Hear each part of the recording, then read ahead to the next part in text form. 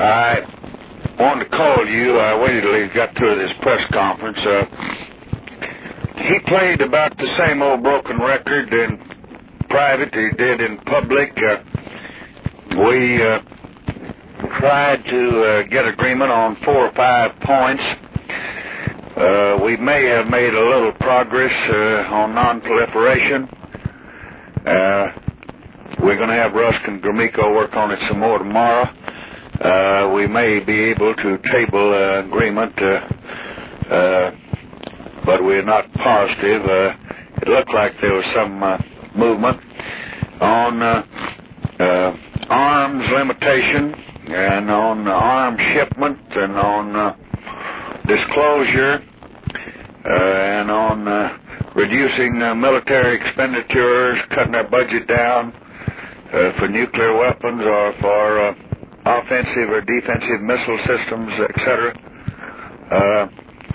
We both agreed in general principle, but he never would set a time and never would set a place and never would get down to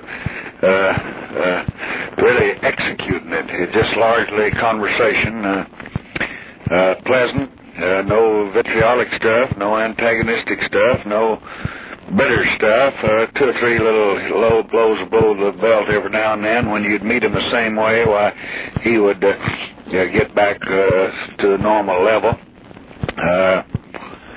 He's made clear they didn't want any confrontation in the United States, didn't want to fight us, didn't want to go to war, but on the Middle East, just one simple instruction. Looked like he couldn't move 1 inch away from it on anything. There must be complete, absolute, immediate withdrawal of troops, period, nothing else with it. That was going to be the resolution. They could pass that in the General Assembly.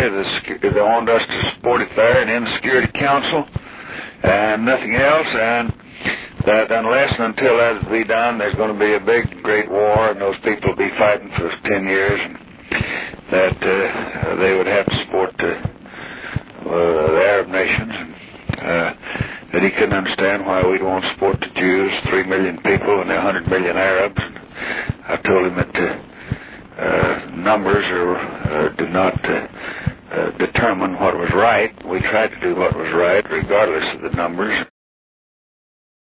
But I believe we made a little progress there. I believe we made a little step closer in non-proliferation. I think that he thinks that we're not wild men. I believe I made a good impression on him from the standpoint of being prudent, and being firm, and being determined, and not being a afraid cat or a bully either.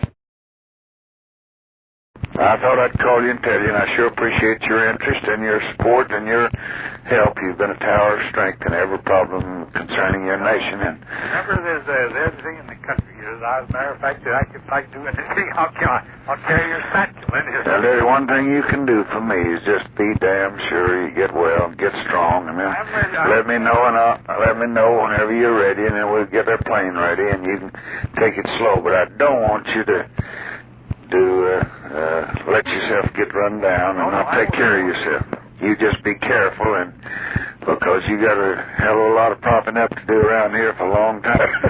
Well, I tell you, if you could just pass on thinking that you'd gotten these people to do anything constructive and reasonable, it would be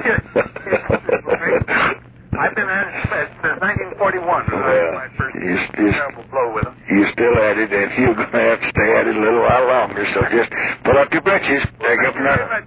Give my love to Ms. Eisenhower. I will. Bye.